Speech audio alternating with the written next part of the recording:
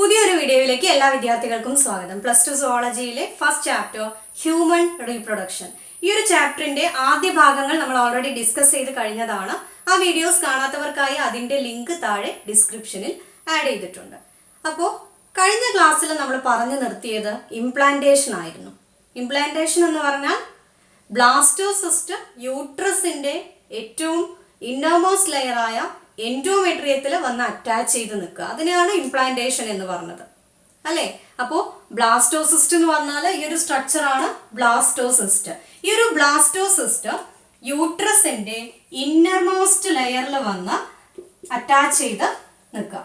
അതിനെയാണ് ഇംപ്ലാന്റേഷൻ എന്ന് പറഞ്ഞത്. ഈ ഒരു ബ്ലാസ്റ്റോസിസ്റ്റ് എന്ന് പറയുന്ന സ്ട്രക്ചർ യൂട്രസിന്റെ ഇന്നർമോസ്റ്റ് ലെയറിൽ വന്ന് അറ്റാച്ച് ചെയ്ത് നിൽക്കുന്നതിനെയാണ് ഇംപ്ലാന്റേഷൻ എന്ന് പറയുന്നത്. അതിന്റെ കാര്യങ്ങളൊക്കെ, അതിന്റെ സ്റ്റെപ്സ് ഒക്കെ നമ്മൾ കഴിഞ്ഞ വീഡിയോയിൽ ഡിസ്കസ് ചെയ്തതാണ്.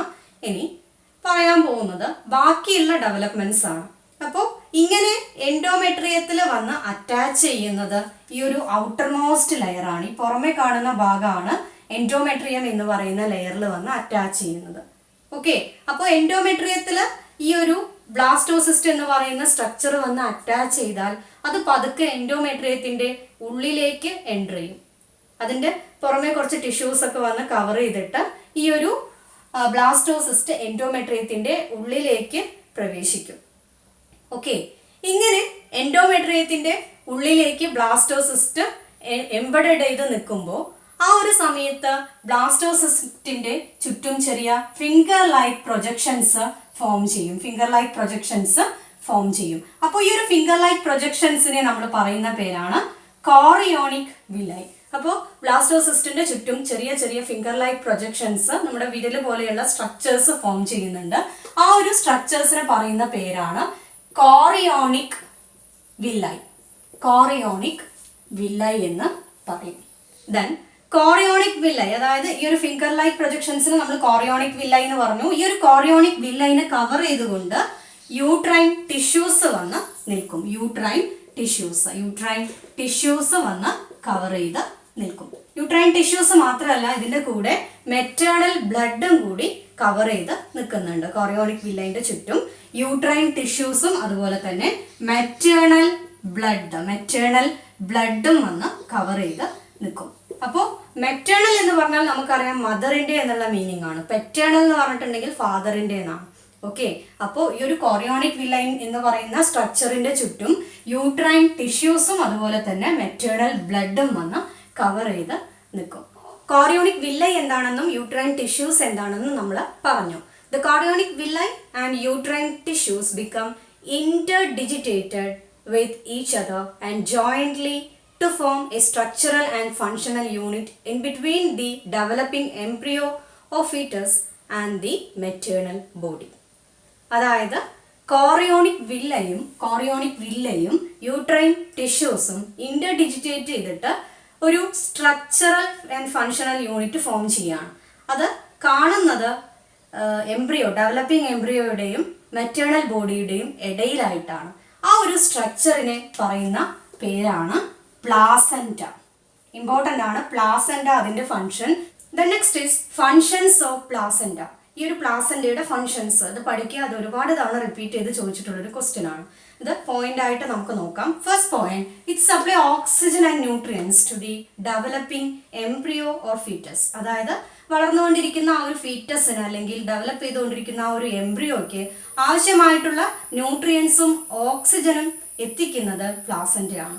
Then it remove the carbon dioxide and waste materials from the developing embryo. അതായത് ഡെവലപ്പ് ചെയ്തുകൊണ്ടിരിക്കുന്ന ആ ഒരു എംബ്രിയോയുടെ ശരീരത്തിൽ നിന്നും റിലീസ് ചെയ്യുന്ന കാർബൺ ഡയോക്സൈഡും വേസ്റ്റ് മെറ്റീരിയൽസും അത് റിമൂവ് ചെയ്യാൻ സഹായിക്കുന്നത് പ്ലാസെന്റയാണ്.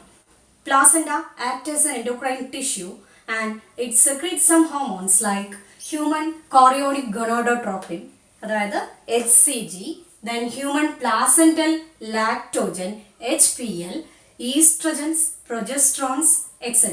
അതായത് പ്ലാസെന്റ ഒരു എൻഡോക്രൈൻ ടിഷ്യൂ ആയിട്ട് ആക്ട് ചെയ്യുന്നുണ്ട്. എന്നിട്ട് അവിടെ നിന്നും കുറച്ച് ഹോർമോൺസും കൂടി സെക്രീറ്റ് ചെയ്യുന്നുണ്ട്. അത് ഏതൊക്കെയാണ് ആ ഹോർമോൺസ് എന്ന എക്സാമിന് ചോദിക്കാറുണ്ട്. ഏതൊക്കെയാണെന്ന് ഒന്നുകൂടി പറയാം. Human chorionic gonadotropin, then human placental lactogens, then estrogen and progesterone. അപ്പോൾ ഇത്രയും ഹോർമോൺസ് ഒക്കെയാണ് പ്ലാസന്റയിൽ നിന്നും സെക്രീറ്റ് ചെയ്യുന്നത്. അപ്പോൾ ശ്രദ്ധിക്കുക, ഇവിടെ ചോദിക്കുന്ന മറ്റൊരു ക്വസ്റ്റ്യൻ ആണ് ഇതിന്റെ എക്സ്പാൻഷൻ ചോദിക്കാറുണ്ട്. അതായത് HCG അല്ലെങ്കിൽ HPL എന്നൊക്കെ തന്നിട്ട് അതിന്റെ എക്സ്പാൻഷൻ എന്താണെന്ന് ചോദിക്കാറുണ്ട്. പ്രഗ്നൻസി ടെസ്റ്റ് ചെയ്യാനായിട്ട് പല പ്രഗ്നൻസി ഡിറ്റക്ഷൻ കിറ്റുകൾ യൂസ് ചെയ്യാറുണ്ട്. ഈ പ്രഗ്നൻസി ഡിറ്റക്ഷൻ കിറ്റുകളിൽ അതിന്റെ മേലെ എഴുതിയിട്ടുണ്ടാവും HCG എന്ന്. അതായത് ശരിക്കും ആ കിറ്റ് ഉപയോഗിച്ചുകൊണ്ട് HCGയുടെ പ്രസൻസ് ആണ് അവിടെ ഐഡന്റിഫൈ ചെയ്യുന്നത്. കാരണം HCG അഥവാ ഹ്യൂമൻ കോറിയോണിക് ഗൊണോഡോട്രോപ്പിൻ എന്ന് പറയുന്ന ഹോർമോൺ പ്രഗ്നൻസി എന്നുള്ള ആ ഒരു കണ്ടീഷനിൽ മാത്രമാണ് ഉണ്ടാവുന്നത്. ഓക്കെ, അതുകൊണ്ടാണ് ആ ഒരു ഡിറ്റക്ഷൻ കിറ്റ് യൂസ് ചെയ്തിട്ട് യൂറിനിലാണ് ടെസ്റ്റ് ചെയ്യുക. അപ്പോൾ യൂറിനിൽ ടെസ്റ്റ് ചെയ്യുമ്പോൾ പോസിറ്റീവ് ആണെങ്കിൽ ഈ ഒരു ഹ്യൂമൻ കോറിയോണിക് ഗൊണോഡോട്രോപ്പിൻ എന്ന് പറയുന്ന ഹോർമോൺ പ്രസന്റ് ആണെങ്കിൽ റിസൾട്ട് പോസിറ്റീവ് ആയിരിക്കും. അതായത് പ്രഗ്നൻസി എന്ന് പറയുന്ന കണ്ടീഷൻ ആയിരിക്കും. നമുക്കറിയാം പ്ലാസന്റ എന്ന് പറയുന്നതിൽ നിന്നാണ്, അതായത് പ്ലാസന്റ എന്ന് പറയുന്ന സ്ട്രക്ചറിൽ നിന്നാണ് ഈ ഒരു ഹോർമോൺസ് പ്രൊഡ്യൂസ് ചെയ്യുന്നത്. നമ്മൾ പറഞ്ഞു HCG പ്രൊഡ്യൂസ് ചെയ്യുന്നത്. അപ്പോൾ പ്ലാസന്റ ഉണ്ടാവണം എന്നുണ്ടെങ്കിൽ അവിടെ പ്രഗ്നൻസി എന്നൊരു പറയുന്ന കണ്ടീഷൻ ഉണ്ടായിരിക്കണം. Placenta is connected to the embryo by a structure called as umbilical cord. അതായത് അംബിലിക്കൽ കോഡ് എന്ന് പറയുന്ന ഒരു സ്ട്രക്ചർ വഴി പ്ലാസന്റ എംബ്രിയോവുമായിട്ട് കണക്ട് ചെയ്തിട്ടുണ്ട്. അംബിലിക്കൽ കോഡിന്റെ സഹായത്തോടെ എംബ്രിയോയിൽ നിന്നുള്ള സബ്സ്റ്റൻസ് പ്ലാസന്റയിലേക്കും പ്ലാസന്റയിൽ നിന്നുള്ള സബ്സ്റ്റൻസ് എംബ്രിയോയിലേക്കും ട്രാൻസ്പോർട്ട് ചെയ്യപ്പെടുന്നുണ്ട്. In the later phase of pregnancy, a hormone called relaxin is secreted by the ovary. അതായത് റിലാക്സിൻ എന്ന് പറയുന്ന ഒരു ഹോർമോൺ കൂടി പാർച്ചറിഷൻ ടൈം ആകുമ്പോഴേക്കും ഓവറിയിൽ നിന്നും സെക്രീറ്റ് ചെയ്യപ്പെടുന്നുണ്ട്. അപ്പോൾ HCG, HPL, oestrogen, progesterone, cortisols, thyroxine, അതുപോലെ തന്നെ ലാസ്റ്റ് പറഞ്ഞ റിലാക്സിൻസ്, ഇത്രയും ഹോർമോൺസ് ഒക്കെ ഈ ഒരു പ്രഗ്നൻസി ടൈമിൽ ഫീമെയിൽസിന്റെ ശരീരത്തിൽ സെക്രീറ്റ് ചെയ്യുന്നുണ്ട്. ഏകദേശം പാർച്ചറേഷൻ എത്തുമ്പോഴേക്കും ഇതിന്റെയൊക്കെ സെക്രീഷൻസ് കുറച്ച് ഹൈ ആയിരിക്കും. അതായത് ഫീറ്റസിന്റെ പ്രൊട്ടക്ഷനും അതുപോലെ തന്നെ ആ ഒരു പ്രഗ്നൻസി കണ്ടിന്യൂ ചെയ്യാനും ആവശ്യമായിട്ടുള്ള ഹോർമോൺസ് ആണ് ഇവ. Immediately after implantation, the inner cell mass of blastocyst differentiated into ectoderm, endoderm and mesoderm. അതായത് ബ്ലാസ്റ്റോസിസ്റ്റിന്റെ ഡയഗ്രാം നമ്മൾ നേരത്തെ വരച്ചിരുന്നു. അതിന്റെ ഏറ്റവും ഉള്ളിലായിട്ട് കാണുന്ന ഭാഗമാണ് ഇന്നർ സെൽമാസ് എന്ന് പറയുന്നത്. ഈ ഒരു ഇന്നർ സെൽമാസ് വീണ്ടും അത് ഡിഫറൻഷിയേറ്റ് ചെയ്തിട്ട് 3 ഭാഗങ്ങളായിട്ട് മാറും. Ectoderm, then endoderm and mesoderm. Ectoderm, endoderm and mesoderm, അങ്ങനെ 3 ഭാഗങ്ങളായിട്ട് മാറും. ഈ ഓരോ ഭാഗത്തു നിന്നാണ് ബാക്കിയുള്ള ശരീരത്തിന്റെ ബാക്കിയുള്ള ഓരോ ഓർഗാൻസും അല്ലെങ്കിൽ ഓരോ പാർട്സും ഉണ്ടാവുന്നത്. ഇന്നർ സെൽമാസ് ഡിഫറൻഷിയേറ്റ് ചെയ്ത് 3 ലെയേഴ്സ് ഫോം ചെയ്തു. Ectoderm, endoderm and mesoderm. ഏറ്റവും പുറമേ കാണുന്ന ലെയർ ആണ് എക്ടോഡേം എന്ന് പറയുന്നത്. ദെൻ ഉള്ളിൽ കാണുന്ന ലെയർ ആണ് എൻഡോഡേം. എക്ടോഡേമിന്റെയും എൻഡോഡേമിന്റെയും ഇടയിലായിട്ട് കാണുന്ന ലെയർ ആണ് മീസോഡേം. അങ്ങനെ 3 ലെയേഴ്സ് ഫോം ചെയ്തു. ഈ ഓരോ ലെയേഴ്സിൽ നിന്നാണ് ബാക്കിയുള്ള, അതായത് ഒരു എംബ്രിയോയുടെ ബാക്കി ഉള്ള ശരീരഭാഗങ്ങളും ഇന്റേണൽ ഓർഗാൻസ് ആണെങ്കിലും എക്സ്റ്റേണൽ ഓർഗാൻസ് ആണെങ്കിലും ഒക്കെ ഫോം ചെയ്യുന്നത്. ഇനി നമുക്ക് ഈ 3 ലെയേഴ്സിൽ നിന്നും എന്തൊക്കെ കാര്യങ്ങളാണ് ഫോം ചെയ്യുന്നതെന്ന് നോക്കാം. ഫസ്റ്റ് പറയുന്നത് എക്ടോഡേം ആണ്. അതായത് ഏറ്റവും ഔട്ടർ മോസ്റ്റ് ലെയർ ആയിട്ടുള്ള എക്ടോഡേമിൽ നിന്നും ഒറിജിനേറ്റ് ചെയ്യുന്നത് ഏതൊക്കെയാണെന്ന് നോക്കാം. Epidermal cells of skin, then CNS or central nervous system. Central nervous system എന്ന് പറയുമ്പോൾ ബ്രെയിനും സ്പൈനൽ കോഡും. Then melanocyte cells. ദെൻ അടുത്തത് എൻഡോഡേം ആണ്. എൻഡോഡേമിൽ നിന്ന് എന്തൊക്കെയാണ് ഒറിജിനേറ്റ് ചെയ്യുന്നതെന്ന് നോക്കാം. നോട്ടോകോഡ്, അതായത് നോട്ടോകോഡ് ഫോം ചെയ്യുന്നത് എൻഡോഡേമിൽ നിന്നാണ്. നോട്ടോകോഡ് എന്താണെന്നൊക്കെ നിങ്ങൾക്ക് അറിയുന്ന കാര്യമാണ്, ഫസ്റ്റ് ഇയറിൽ പഠിച്ചിട്ടുള്ളതാണ്. Then bone tissue, then tubule cells of kidney, RBC and facial muscles. ഇത്രയും കാര്യങ്ങളാണ് എൻഡോഡേമിൽ നിന്നും ഫോം ചെയ്യുന്നത്. ഒരിക്കൽ കൂടി പറയാം, എൻഡോഡേമിൽ നിന്നും ഫോം ചെയ്യുന്നത് എന്തൊക്കെയാണെന്ന് നോക്കാം. Notochord, bone tissue, then tubule cells of kidney, RBC red blood corpuscles and facial muscles. ഇത്രയും കാര്യങ്ങളാണ് എൻഡോഡേമിൽ നിന്നും ഫോം ചെയ്യുന്നത്. ദെൻ മീസോഡേമിൽ നിന്നും ഫോം ചെയ്യുന്നത് stomach cells, thyroid cells, lung cells. അപ്പൊ ഇത്രയും കാര്യങ്ങളൊന്ന് പഠിച്ചു വെക്കുക. ഇത് ചോദിക്കാറുണ്ട്, 3 ലെയേഴ്സ് തന്നിട്ട് ഇതിൽ നിന്ന് എന്തൊക്കെയാണ് ഫോം ചെയ്യുന്നത്, അല്ലെങ്കിൽ ഏതെങ്കിലും ഒരു ലെയർ തന്നിട്ട് അതിൽ നിന്നും ഫോം ചെയ്യുന്ന ഒറിജിനേറ്റ് ചെയ്യുന്നത് ഏതൊക്കെയാണെന്ന് ചോദിക്കാറുണ്ട്. ഓക്കെ, അതും അല്ലെങ്കിൽ നേരെ തിരിച്ചും ചോദിക്കാറുണ്ട്. നോട്ടോകോഡ് എവിടുന്നാ ഫോം ചെയ്യുന്നത്, ഏത് ലെയറിൽ നിന്നാണ് ഫോം ചെയ്യുന്നത്, അതുപോലെ സ്റ്റൊമക് സെൽസ് ഏത് ലെയറിൽ നിന്നാണ് ഫോം ചെയ്യുന്നത്, ആ ഒരു രീതിയിലും ഈ ഭാഗത്ത് നിന്ന് ക്വസ്റ്റ്യൻ വരാറുണ്ട്. Next is developmental stages of the embryo. അതായത് നമുക്കറിയാം ഹ്യൂമൻ പ്രഗ്നൻസി എന്ന് പറയുന്നത് 9 months ആണ് അതിന്റെ ഒരു ഡ്യൂറേഷൻ വരുന്നത്.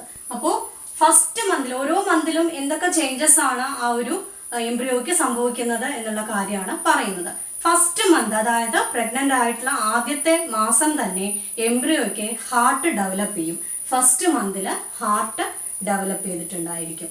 ദെൻ സെക്കൻഡ് മന്ത്, രണ്ടാമത്തെ മാസം ആവുമ്പോഴേക്കും, അതായത് പ്രഗ്നന്റ് ആയി കഴിഞ്ഞതിന്റെ ശേഷമുള്ള രണ്ടാമത്തെ മാസം ആവുമ്പോഴേക്കും എംബ്രിയോയ്ക്ക് ലിംസും ഡിജിറ്റ്സും ഫോം ചെയ്യും. അതായത് കൈകാലുകൾ, അതുപോലെ കൈയാണെങ്കിൽ കാലാണെങ്കിൽ അതിലെ വിരലുകളൊക്കെ ഫോം ചെയ്യും. പക്ഷെ അത് ഒരുപാട് ഡെവലപ്പ് ചെയ്തിട്ടൊന്നും ഉണ്ടാവില്ല. ഒരു ബഡ്സ് ആയിട്ട്, അതായത് ലിം ബഡ്സ് ഒക്കെയാണ് ഫോം ചെയ്യുന്നത്. ദെൻ തേർഡ് മന്ത്, മൂന്നാമത്തെ മാസം ആകുമ്പോഴേക്കും ഈ ഉണ്ടായിട്ടുള്ള ലിംസ്, അതുപോലെ തന്നെ എക്സ്റ്റേണൽ ജെനൈറ്റൽ ഓർഗാൻസ് ഒക്കെ ഒന്നുകൂടി ഡെവലപ്പ് ചെയ്യും. ഓക്കെ, അപ്പോൾ മൂന്നാമത്തെ മാസം ആകുമ്പോഴേക്കും ആണ് ശരിക്കും എക്സ്റ്റേണൽ ജെനൈറ്റൽ ഓർഗാൻസും അതുപോലെ തന്നെ ലിംസും ഒക്കെ ഒന്നും കൂടി ഡെവലപ്പ് ചെയ്യുന്നത്. സോ ഈ ഒരു 3 monthsനെ നമുക്ക് ആദ്യത്തെ 3 മാസത്തിനെ ഫസ്റ്റ് ട്രൈമസ്റ്റർ എന്ന് പറയാം. ഓക്കെ, പ്രഗ്നന്റ് ആയിട്ടുള്ള ആദ്യത്തെ 3 മാസത്തിനെ ഫസ്റ്റ് ട്രൈമസ്റ്റർ എന്ന് പറയും. ഈ ഒരു പീരീഡിനെ, ആദ്യത്തെ 3 മാസത്തിനെ ക്രിറ്റിക്കൽ പീരീഡ് എന്ന് കൂടി പറയാറുണ്ട്. കാരണം അബോർഷൻ നടക്കാൻ കൂടുതൽ ചാൻസ് ഉള്ള ഒരു ടൈമാണ് ഫസ്റ്റ് 3 months. അതുകൊണ്ട് തന്നെ ഈ ഒരു പീരീഡിനെ ക്രിറ്റിക്കൽ പീരീഡ് എന്ന് കൂടി പറയാറുണ്ട്. അത് ഓർത്ത് വയ്ക്കുക. ആദ്യത്തെ 3 മാസത്തെ പറയുന്ന 2 പേരുകളാണ് first trimester and critical period. അത് ചോദിക്കാറുണ്ട്, എന്തുകൊണ്ടാണ് ആദ്യത്തെ ഈ ഒരു 3 മാസത്തെ അല്ലെങ്കിൽ ഫസ്റ്റ് ട്രൈമസ്റ്ററിനെ ക്രിറ്റിക്കൽ പീരീഡ് എന്ന് പറയുന്നത്? അങ്ങനെ ഒരു ക്വസ്റ്റ്യൻ ചോദിക്കാറുണ്ട്. പറയാനുള്ള റീസൺ, ആദ്യത്തെ ഈ 3 മാസത്തിലാണ് അബോർഷൻ നടക്കാനുള്ള സാധ്യത കൂടുതലുള്ളത്. ഓക്കെ, ആ ഒരു കാരണം കൊണ്ടാണ് ഈ ഫസ്റ്റ് ട്രൈമസ്റ്ററിനെ ക്രിറ്റിക്കൽ പീരീഡ് എന്ന് പറയുന്നത്. 5th month ആവുമ്പോഴേക്കും എംബ്രിയോ മൂവ്മെന്റ് സ്റ്റാർട്ട് ചെയ്യും. അതായത് പതുക്കെ പതുക്കെ മൂവ് ചെയ്യാൻ തുടങ്ങും. അതുപോലെ തന്നെ ഹെയർ ഫോർമേഷനും സ്റ്റാർട്ട് ചെയ്തിട്ടുണ്ടായിരിക്കും. 6th month ആവുമ്പോഴേക്കും എംബ്രിയോയുടെ ശരീരത്തിൽ ചെറിയ ചെറിയ ഹെയർസ്, ഫൈൻ ഹെയർസ് ഫോം ചെയ്തിട്ടുണ്ടായിരിക്കും. അതുപോലെ തന്നെ എംബ്രിയോയുടെ ഐലിഡ്സ് സെപ്പറേറ്റ് ചെയ്തിട്ടുണ്ടായിരിക്കും. ഐലിഡ്സ് എന്ന് പറഞ്ഞിട്ടുണ്ടെങ്കിൽ കൺപോളകൾ. അതായത് 6ാമത്തെ മാസം ആകുമ്പോഴേക്കുമാണ് എംബ്രിയോ കണ്ണ് പതുക്കെ തുറക്കാൻ തുടങ്ങുന്നത്. അതുപോലെ തന്നെ ഐ ലാഷസും ഫോം ചെയ്യുന്നത് ഈ ഏകദേശം ഒരു 6 മാസം ആകുമ്പോഴേക്കാണ്. ഐ ലാഷസ് എന്ന് പറഞ്ഞിട്ടുണ്ടെങ്കിൽ കൺപീലികൾ ഫോം ചെയ്യുന്നത് 6 മാസം ആകുമ്പോഴേക്കുമാണ്. അപ്പോൾ ഈ ഒരു 6 വരെയുള്ള ആ ഒരു സമയത്തെ, അതായത് 6 മാസം വരെയുള്ള ആ ഒരു ടൈമിനെ സെക്കൻഡ് ട്രൈമസ്റ്റർ എന്ന് പറയും. അതായത് ആദ്യത്തെ 3 മാസത്തെ ഫസ്റ്റ് ട്രൈമസ്റ്റർ എന്ന് പറയും. അത് കഴിഞ്ഞ് പിന്നീട് വരുന്ന 3 മാസത്തെ സെക്കൻഡ് ട്രൈമസ്റ്റർ എന്ന് പറയും. 9th month ആകുമ്പോഴേക്കും ഈ ഒരു ഫീറ്റസിന് ഫുൾ ഡെവലപ്മെന്റ്സും കംപ്ലീറ്റ് ആയിട്ടുണ്ടായിരിക്കും. And it is ready for parturition. Parturition എന്ന് പറഞ്ഞിട്ടുണ്ടെങ്കിൽ ആ ഒരു ടേം ഓർത്ത് വെക്കണം. പാർച്ചുറിഷൻ ഓർ ഡെലിവറി, ഡെലിവറിക്ക് പറയുന്ന മറ്റൊരു ടേമാണ് parturition. Next is gestation period. എന്താണ് ജസ്റ്റേഷൻ പീരീഡ് എന്ന് നോക്കാം. The average duration of human pregnancy is about 9 months, which is called as gestation period. അപ്പോൾ ഹ്യൂമൻ പ്രഗ്നൻസിയുടെ ആവറേജ് ആയിട്ടുള്ള ഡ്യൂറേഷൻ എന്ന് പറയുന്നത് 9 months ആണ്. ആ ഒരു ടൈമിനെയാണ് ജസ്റ്റേഷൻ പീരീഡ് എന്ന് പറയുന്നത്. പ്രഗ്നൻസിയുടെ ലാസ്റ്റ് ടൈം ആകുമ്പോഴേക്കും യൂട്രസ് കൺട്രാക്ട് ചെയ്യാൻ തുടങ്ങും. ഇതിന്റെ ഫലമായിട്ടാണ് ഫീറ്റസ് പുറത്തേക്ക് വരുന്നത്. അപ്പോൾ ഈ ഒരു പ്രോസസ്സിനെ പറയുന്ന പേരാണ് പാർച്ചുറിഷൻ. നേരത്തെ നമ്മൾ പറഞ്ഞു ഡെലിവറി ഓർ പാർച്ചുറിഷൻ.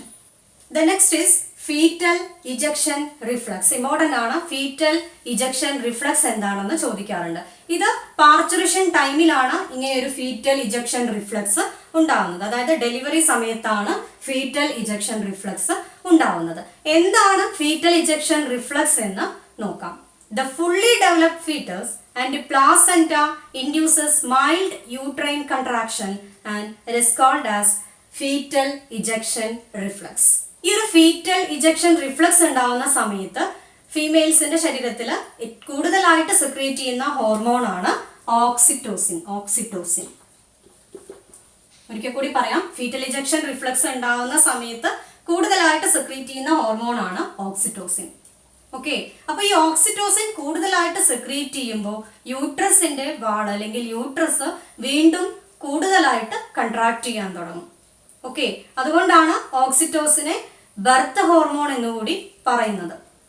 അപ്പോൾ കൂടുതലായിട്ട് ഓക്സിറ്റോസിൻ സെക്രീറ്റ് ചെയ്യുമ്പോൾ it leads to the strong contraction of the uterus.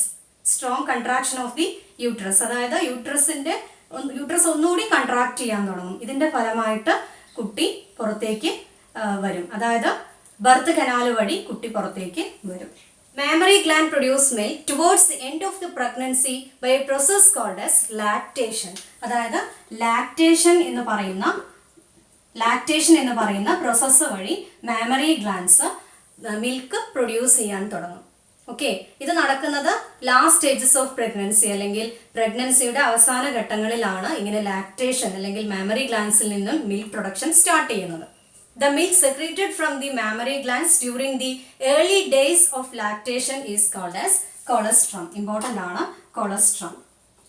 അപ്പോൾ കൊളസ്ട്രം എന്താണെന്നും അതിലടങ്ങിയിട്ടുള്ള കോൺസ്റ്റിറ്റ്യുവൻസ് എന്താണെന്നും ചോദിക്കാറുണ്ട്. അപ്പോൾ കൊളസ്ട്രം എന്താണെന്ന് ഒരിക്കൽ കൂടി പറയാം. അതായത് ലാക്ടേഷൻ സ്റ്റാർട്ട് ചെയ്തിട്ടുള്ള ആദ്യത്തെ ദിവസങ്ങളിൽ ഉണ്ടാവുന്ന ആ ഒരു മിൽക്കിനെയാണ് കൊളസ്ട്രം എന്ന് പറയുന്നത്. അതിന്റെ കളറിൽ ചെറിയൊരു വേരിയേഷൻ ഉണ്ടായിരിക്കും. അപ്പോൾ ഈ കൊളസ്ട്രത്തിന്റെ കോൺസ്റ്റിറ്റ്യുവൻസ് എന്തൊക്കെയാണെന്ന് ചോദിക്കാറുണ്ട്.